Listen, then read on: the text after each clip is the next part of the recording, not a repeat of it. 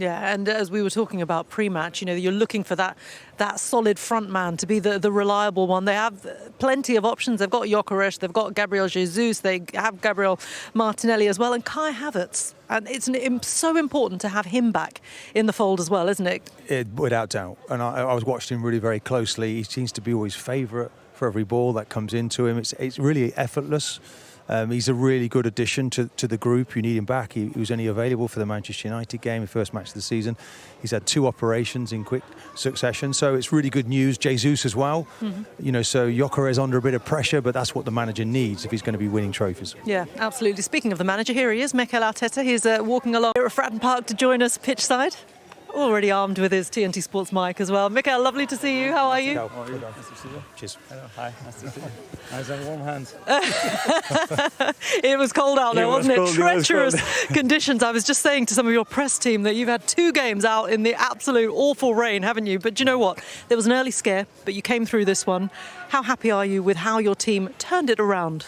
We started exactly how we didn't want to, giving them hope and momentum and an early goal. But then we managed to turn things around to start to be more dominant, to score from set pieces, and we made a difference there. And yeah, some positives to take and some other things that we have to be better as well. What specifically are the positives that you'll take from today? Well, the fact that we make 10 changes, for example, and when you do that, there are certain cohesion that is missing, certain players that obviously they haven't played the minutes, so the understanding, the level of rhythm that you need in the way that we play is not there. But then, yeah, having Kai back, for example, Marlin making his debut, Gabriel Martinelli scoring a hat-trick in an unusual way, that's all very positive. Interesting that first half was a little bit scrappy. What did you say at half-time? I recognise this team always seems to come out, start the second half and really go up a gear. What did you say? You must have said something serious at half-time. Yes, because we weren't at individually at a certain level, especially technically, to get out of the press. And at this level, you need to do those basics and those habits much better than we've done. We changed certain things in the structure to allow ourselves more time and better options. And when we started to do that, obviously, they suffer more. Did your pre-match conversation, team talk, change because of any of the results yesterday, Macclesfield in particular? Well, yes, but this is part of the history of this competition, and I have experience in myself as well, being in both sides when you come to these games. And I think there is a lot to play. One thing is being in the next round, but I think is your reputation as well, and the club's reputation, and that's a big one. And I think you have to play with that mindset when you play in these kind of grounds. Biggest plus point tonight, what would you say? Havertz coming off the bench, he always seems to be favourite, always sees the game almost like a helicopter view of the match. It's brilliant to see. The last few minutes I was just watching him move, and his awareness, yes. the way he needs to move, when he needs to move, in relation to what he moves, is just a way to watch. So we miss him big time. He's back with us, and now we need to maintain him fit because he's a very important player for us. Yeah, how do you sort of keep every single player happy? I know that's a very standard question to ask a manager who has a big squad, but you have an exceptionally big squad. You're in 4 competitions, and everybody wants to play. Because they know that they are going to be important, and I think we are doing that with facts. So everybody has the chance to play, everybody's playing, everybody's involved, and we know that we're going to need everybody's contribution to achieve what we want. Is it almost harder? So I'm looking at Lewis Skelly sometimes, and I'm thinking, is he as sharp as he needs to be? Because, with the training that you're doing, because some you want to rest, some you don't want to overload. Is that hard? Is that to actually get the right level of workload for the players who don't play in the 11? It is hard because sometimes certain players, as you said, need a bit more training. But we've done that, and then in the warm-up someone gets injured and needs to play 90 minutes, and then you say, why we did that the day before. And when you don't do that, that form and that sharpness and everything starts to go down. So it's a really thin line. We are trying to manage that in the best possible way, but and every player needs something perfect. A little bit different, I suppose. Yes. Yeah. Can I just ask you a quick question about Martinelli, Gabriel? He had a very difficult week, didn't he? A lot of commentary about him because of the injury to Conor Bradley after the Liverpool game. How pleased are you with how he responded in every way, not just on the pitch but off it as well? Well, I must say, I think the way Anslot spoke after the game, I think it was brilliant. Because he knows how the players feel about themselves, about the opposition, about their colleagues. And I think that exemplifies it's somebody that knows the game really well and is in the opposition to make them understand everybody how you feel about them and why you react in a certain way. And there is not intention whatsoever to damage a player or not to respect a player. Yeah. Busy schedule, Mikel. Lots of away games as well coming up, all We'll go to consecutively Stamford as Bridge well. in a few days. So exactly. let's get back home and we're there to prepare that tomorrow. We'll let you warm up because it's been one of those days, hasn't it? We've got a long trip back as well up to North London. Thank you so much for joining us, Mikel. Well done. Nice to see you. Good luck. Take Wednesday. care. Bye. Yep, Thank you so much. Ciao. Yeah, lots of positives to take for Mikel Arteta, you'd say, wouldn't you, Jamo? I mean, when you look at the job that he's done, I mean, his first season here, Fratton Park, round 5, they played Portsmouth, got through to the next round, and then they won the FA Cup in his first season in charge. It's been a long time coming, isn't it, to get that second one under their belt. A lot of transformations, but here's a manager who's been able to have the trust of the board and to put a plan in motion, which a lot of managers, it's time that a lot of managers aren't afforded. Yeah, well, he hasn't won anything since, so until he wins something, then that will come to fruition. But I said this before the game, one thing I've noticed this season more than any of the other seasons he's been in charge of Arsenal is his temperament. When Arsenal are winning like now, he's level. I think in the past there's been the over-elation or over-criticism at times. He just looks very level. And I think if your manager's level, the changing room's level, and you're not going to get these peaks and troughs in performances. So, unfortunately, for anyone who doesn't support Arsenal this season, this is going to be a tough nut to crack. So he's looking good, and his team are looking very good. He's absolutely leading from the front. Do Absolutely. you know what? They had a scare at the start, but in the end, you've just got to see that the quality of this Arsenal side completely shone through, as expected. We have seen scares this weekend, but Arsenal got the job done, and in the end, it was pretty emphatic, wasn't it? It was, but this grand old competition, the FA Cup, it keeps bringing up surprises. So that was a bit nervy from an Arsenal point of view in those opening exchanges, but they got back and then showed a little bit of class. Credit, though, to Portsmouth. Thought they pressed really well in those opening exchanges, made it difficult, got the goal that maybe they deserved, and then Arsenal came back through their set pieces. Yeah, and I've got to say, when that first Pompey goal went in after 3 minutes, we'll look at it in a second, but when it went in, the first thing you said, Jamo, was, oh, God, they've scored too early. Yeah.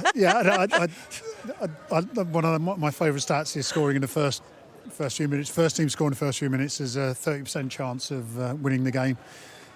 It was early. It was great press, as you said, with Bish leading that press onto, as we see here with the analysis. Watch Bish here as he closes down Kepa. I mean, Arsenal actually look quite comfortable here.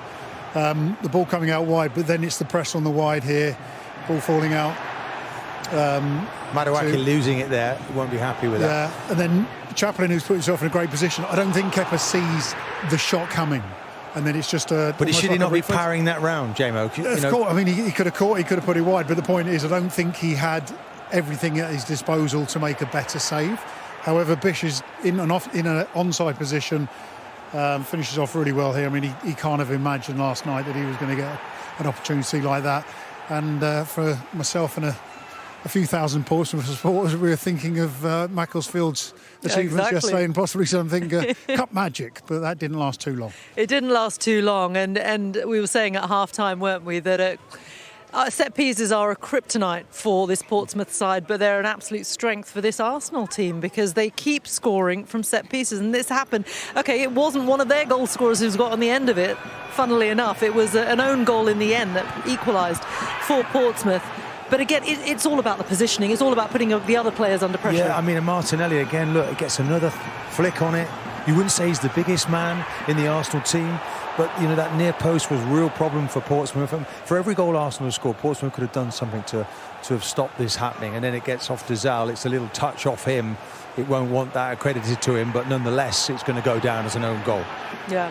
When you are sort of a goalkeeper and a defender, as both of you two used to be, and you know that your team are very weak against set pieces, what's the mentality at that particular point? Are you nervous? Are you anticipating that something could go wrong? The difficult... Well, I wasn't in that situation. I was lucky to be surrounded by giants. Patrick Vieira, Tony Adams, Steve Bold, Sol Campbell. You've got to... Look, we did a zonal system, but we marked in our zone. And we certainly weren't naive and had leaving that near post exposed. You've got to have a player in there of some size, and they weren't doing that today, Portsmouth. They were just lined up to be taken on. Yeah, I think the difficulty is that as a player, you can approach a manager or a coach and say, can we do something else? I was fortunate enough to be able to dictate what happened in my box. I'd like to come for crosses. So in the end, I could sort of take some ownership for that. This Portsmouth setup, when I was looking through all the goals they've conceded this season, that was my biggest concern, that Arsenal being so good at corners were going to cause problems. I think it's 19 now, is it, they've conceded from set pieces? It's a lot. But surely that's something you would then have to look at specifically on the training ground, right? Going forward. Yeah, absolutely. I mean, quite often it happens, and I mean, Portsmouth might have the argument that they've had a lot of injuries and therefore that personnel changes. But like Arsenal, with 10 changes today, their corners haven't changed on the offensive side of things, and they had probably more success than they've had. I can't even think the last time they would have scored 3 goals plays in one match. But it's something, hopefully in a positive way, that they will learn from today to actually address that, because Portsmouth now have to focus on surviving in the Championship. Yeah, absolutely. That is the priority for them. But for Arsenal, I mean, they have various priorities and various players to choose from when it comes to being on the offence. And Gabriel Martinelli got the goal in the first half, I should say. 25 minutes this one came in. It was the first of 3. It's a bit like London buses, isn't it? You wait for an eternity and 3 come at once. Yeah, I mean, we just said that vulnerability in that near post area, so they just help it over the first man. Martinelli makes a really good run. Look, it gets good spring. He's brave. I'm not sure what the goalkeeper's doing, but, the delivery is just there. It's on the money and it's there. It's begging. But look at this for a pass that comes up in this build-up here. It's an early free kick taken by Skelly. This is a part of the academy at Arsenal. Look, the youngsters. And then look at this for a ball. It's begging to be put in the back of the net. Martinelli just taps that one away, JMO. Yeah, and what's interesting here is a set play, if you like. It's not necessarily a set play, but it's a free kick. So you've had 3 corners and a free kick have scored Arsenal's 4 goals. Portsmouth do, for a split second, have a look at the referee, asking whether it's a free kick, by which time the ball's in the back of the net. And this was like replay almost. Another corner. You can see the Portsmouth have changed the way that they're defending that near post, slightly deeper towards the near post and the front man. But Martinelli again, I mean, the guy's not even looking at the goal. I mean, that's 2 goals he's scored. He hasn't even looked at the goal. He knows, though, doesn't he? Just the slightest of touches, it's in the back of the net. Well, Martinelli there is holding the match ball, and rightly so. It's interesting, he's scored 8 goals so far this season. 7 of them have come in cup competitions, so he's certainly firing on all cylinders. 9 goals, I should say, 8 of them in cup competitions. He's definitely on a high. It's been a difficult week for him, hasn't it, after the incident with Conor Bradley as well. In his defence, there isn't a nicer man that I've met really amongst that Arsenal squad. It was just maybe out of character. I think he just felt the player was time wasting. He wasn't aware of it, and he's apologised. Yeah, and his credit, he did apologise personally to Conor. So you can at the moment, he didn't see what happened, but he's come away from this week with a match ball, and I think it was a good message from him. I think it's really good in terms of his confidence, because he's been coming off the bench. I think that's 10 goal involvements now. So he's pushing his numbers, and Arsenal need that if they're going to be successful. Isn't he? Well, I'll tell you someone else who's leading from the front. It's John Mousinho, talking about managers in charge for a long time as well. I think this was his 150th game in charge of here. Portsmouth, let's hear from him now after the match. He's been speaking to Becky. A 4-1 scoreline, was that reflective of the game itself, do you think? I didn't necessarily think so. Maybe for the first sort of 65, 70 minutes, it felt like a much tighter game than that. Obviously, towards the back end of the game and going down to 10 men with the injury, things became a lot more difficult for us. But I thought for large parts of the game we were well in it. I thought there were spells where we were the better side as well, particularly the opening and maybe when we came out in the second half. So one of those things. Arsenal were better than us ultimately and deserved the win, deserved the goals. But I thought it was a pretty tight affair. Absolute dream start as well. The noise in Fratton Park there was incredible. What worked so well just in those opening couple of minutes? I think the goal came from us being really aggressive on the press, and Arsenal obviously always going to try and play and do that really well, and ultimately you leave yourself a bit susceptible sometimes, but we pressed really well, I think, in their right back area, won the ball back and just showed a little bit of quality that at times in the league we haven't shown enough of. I think Harvey was ready to cross the ball, instead he decided to find Conor in the box, and it was a really, really good start and a well-worked goal, and he had a couple of good chances off the back of that as well. Is there any slight annoyances that it was almost your own undoing slightly, set plays that gave the goals away, obviously conceding a pen, even though Noni didn't put it away? Yeah, I think the frustration with the first set piece was that it was needless to give away. We had the chance to clear it, and I think Terry wasn't sure who would have come off, but just off the back of that, we're going to concede set pieces. We need to be a lot better in those moments, whether it's against Arsenal, whether it's against a Championship team. So, I think as the game progressed, Arsenal had more and more of the ball and had those chances. But up until I think the 65th, sort of 70th minute, it felt like a really tight game, and ultimately the two sides were separated by those set plays. So in terms of performance and commitment, to take that back to the league now, something to build on? Yeah, I think if you'd have taken away the couple of injuries that we had, I would have said it's been a decent afternoon. We can take a lot of confidence from the way that we've played in and out of possession. Those two injuries have probably just marred things a little bit for us because we're thin on the ground anyway. But I still think the boys have put in a terrific shift, and it was definitely overall a very, very positive performance. Thank you. Welcome back to Sunday Supplement. It's a few more FA Cup third round ties this afternoon, including at Fratton Park, an intriguing one with Portsmouth taking on Arsenal. And talking of Arsenal, Miguel, Sam Dean in the Sunday Telegraph, rather scathing piece on Victor Gyokeres. The headline is Gyokeres is one of the worst strikers in the league. Here's the data to prove it. Arsenal are top of the Premier League and Champions League tables, but many supporters are growing increasingly concerned about the performances of star striker Victor Gyokeres, a £64 million signing. He pinpoints poor movement and unreliable touch, and it says it could be argued Gyokeres is occupying centre-backs, creating more space for other attackers, but the other strikers are now fit. So now Arteta will have a decision to make. Harsh or fair, this piece? Well, to be fair to Sam, the piece is very fair and very measured. The headline is two-footed. Yes. And that's before you get the subtext, unreliable touch, poor movement. You only have to look at the goal return. There's an issue there. I've done a lot of Arsenal this season. I was there on Thursday night. And Thursday night, I think, was the most pronounced for me in that there were 3 times that the ball flashed across the box. I think particularly from a timber header back was the one that really stands out to me. And Gyokeres was nowhere near it. It felt like he was 5 yards behind the play. We've seen a lot of, classic number 9s from Ian Wright to Gary Lineker talk about how if you're a striker in that sort of situation, you've actually got to gamble on your movement to put yourself in there. That is obviously an issue, especially given Gyokeres was signed as a more traditional number 9, not someone necessarily to kind of for his pressing game or for other elements. I think another issue with him, especially if we're comparing him to kind of classic number 9s in that way, is that there's maybe been some frustration with Arsenal. When the ball goes up, it doesn't stick to him. And even you can sense, not so much on Thursday night, although it was a different sort of game, but when Gabriel Jesus came on in recent games, there's just a different energy about Arsenal. That it feels like he integrates into the team more. And look, some of it is down to the fact, I would say, that he's adapting to a higher level from the Portuguese league to the Premier League.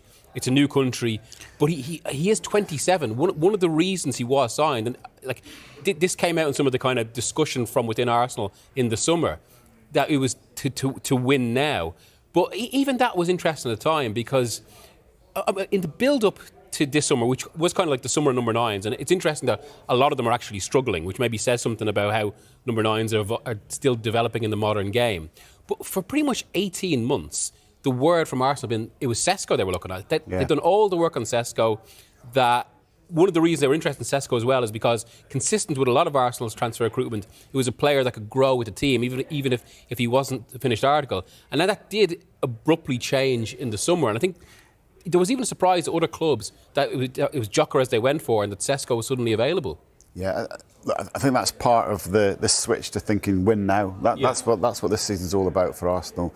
All of the transfer business and the other stuff, it's this awareness of trying to win now, which is, Gyokeres. But Gyokeres was seen, as you say, as a guy that's going to win for you now, that's going to score your goals. His struggles haven't surprised me. I wrote about this in the summer, that the track record of those coming from Portuguese football goal scorers is pretty poor. Ricky van Wolfswinkel, 25 goals for Sporting Lisbon, I think 1 goal for Norwich, for example. Mario Jardel, you can go back. Brighton don't often get it wrong. and obviously they had Gyokeres and let him go.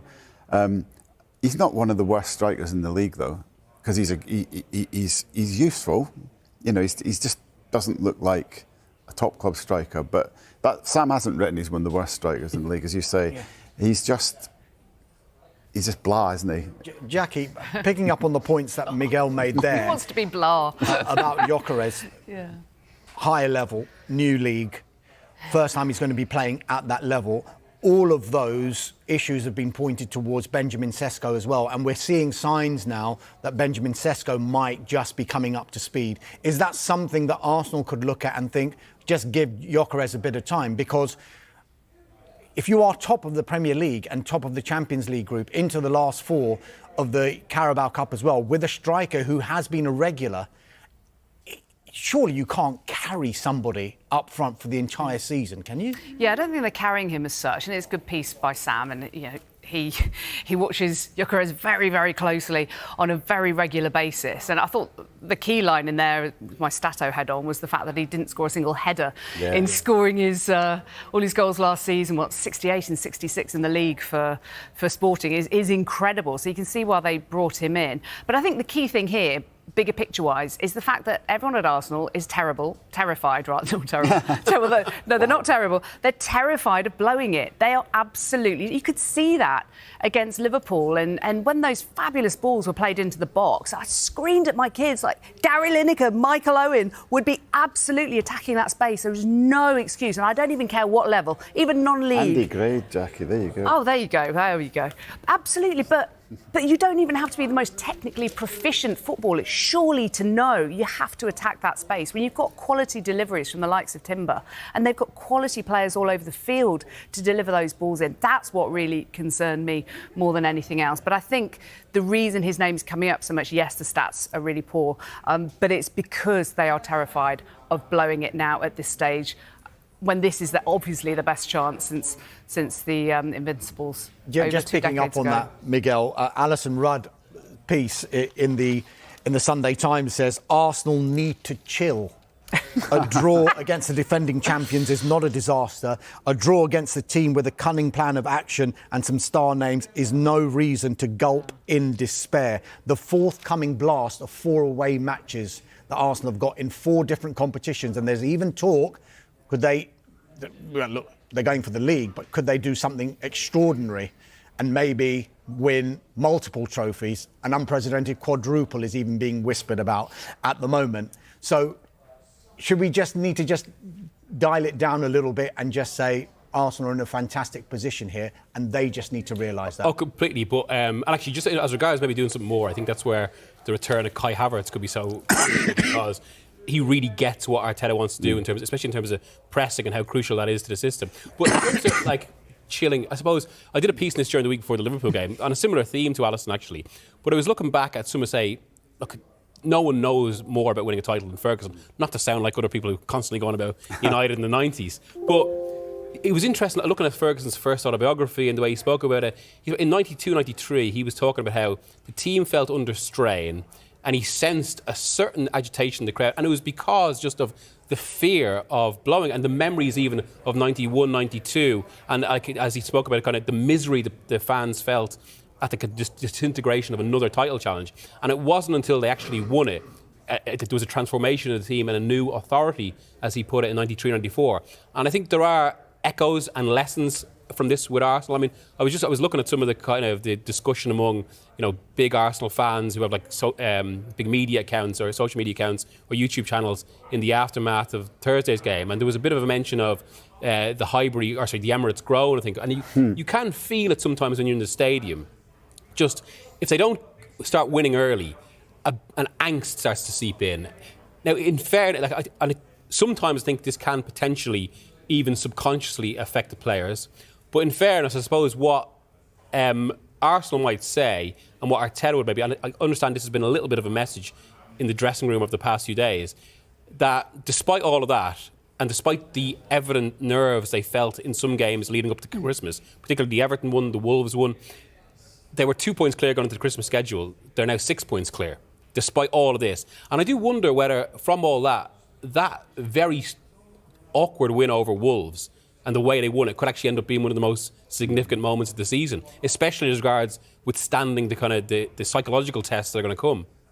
Yeah. They do have a very good run in at the very end. The last 4 games of the season are the games, in theory, football's not played in theory, but, that they will look to that need to get over the hump of the bridge now and just stay at the top. Because everyone's so intense. Arteta is one of the most intense managers. The dugout, the technical area, the set-piece coach going nuts when they didn't win it with the last touch of the game against Liverpool. Everyone's so intense at Arsenal. And watching from the outside, you're kind of like, oh, my God, everyone chill, as Ali Rudd says. Willingness to win and a desperation. Yeah, well, they need it. They need it. They do need it. And this is the season. But I still, sorry, Arsenal fans, wouldn't discount Manchester City and the fact they've just brought in the freshest guy, the guy to kind of light up the dressing room and the field and to score goals and assist as he did yesterday in Semenyo. I think that's going to really boost them. The one thing about City in that sense as well, because they are the kind of everyone's wondering about whether that run comes, and obviously the last few weeks have maybe checked, like I said, 3 draws in a row.